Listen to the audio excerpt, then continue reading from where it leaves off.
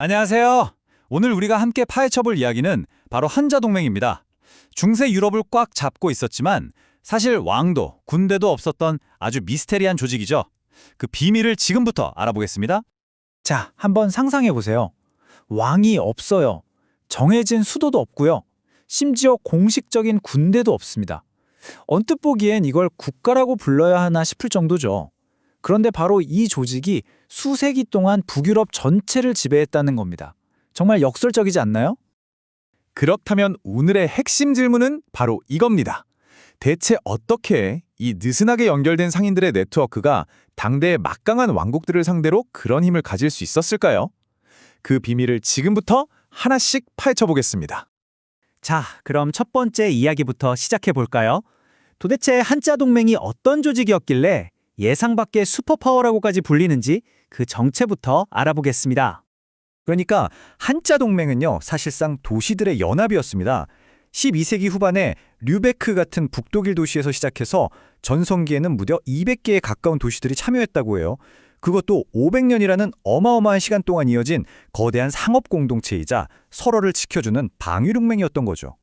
자, 그럼 이들의 진짜 힘은 어디서 나왔을까요? 그 비밀이 아주 흥미로운데요. 바로 집단 두뇌라는 개념에 숨어 있습니다. 이 집단 두뇌라는 게 뭐냐면요. 쉽게 말해서 한 사회가 오랫동안 쌓아온 지식과 기술, 그리고 눈에 보이지 않는 약속이나 규칙들이 마치 하나의 거대한 뇌처럼 작동한다는 이론입니다. 개개인의 똑똑함을 단순히 합친 것, 그 이상이라는 거죠. 완전히 새로운 차원의 시너지를 만들어내는 거예요. 네, 바로 이겁니다. 오늘 우리가 이야기할 핵심이죠. 한자동맹의 그 놀라운 성공이 바로 이 집단 두뇌가 실제로 작동했던 역사상 가장 강력하고 위대한 사례 중 하나였다는 겁니다. 좋아요. 그럼 이 집단 두뇌라는 게 구체적으로 어떻게 움직였는지 그 속을 한번 들여다볼까요? 한자 동맹을 성공으로 이끈 네트워크의 비밀을 살펴보겠습니다. 이 거대한 두뇌는 말이죠.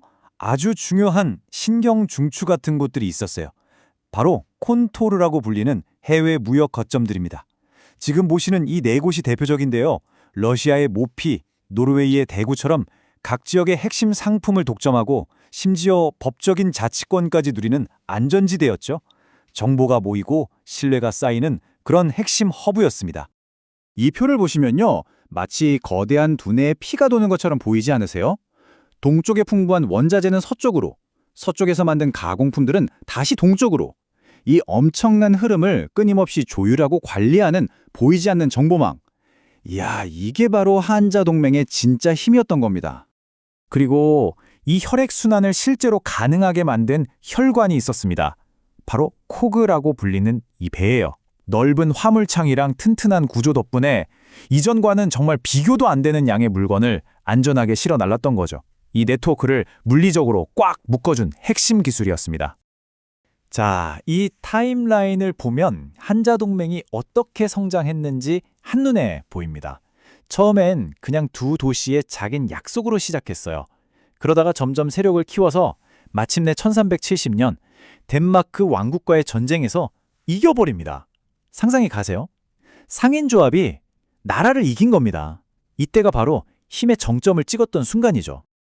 하지만 영원한 건 없죠. 그렇게 강력했던 한자동맹의 집단 두뇌도 서서히 늙고 쇠퇴하기 시작합니다.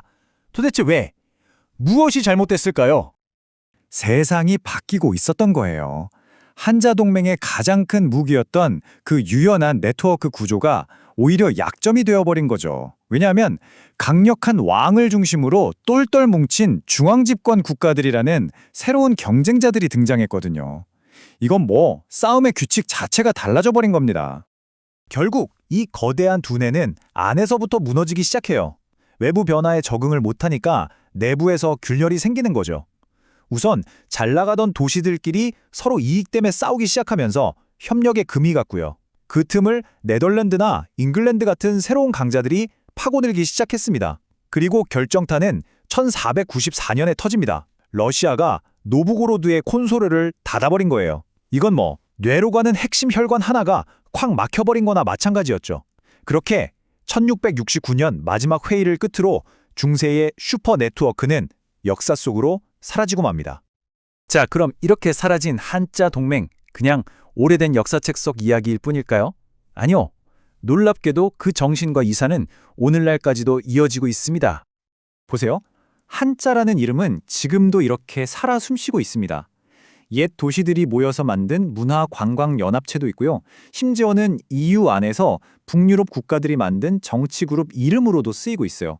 함부르크나 브레멘 같은 도시들은 지금도 공식 명칭에 자유 한자 도시라는 이름을 쓸 만큼 자부심이 대단하죠. 오늘 이야기를 마무리하면서 이 질문을 한번 던져보고 싶네요. 전 세계가 거대한 네트워크로 촘촘하게 연결된 시대를 사는 우리는 과연 한자 동맹의 성공 비결, 그러니까 협력과 정보 공유라는 교훈을 제대로 배우고 있는 걸까요?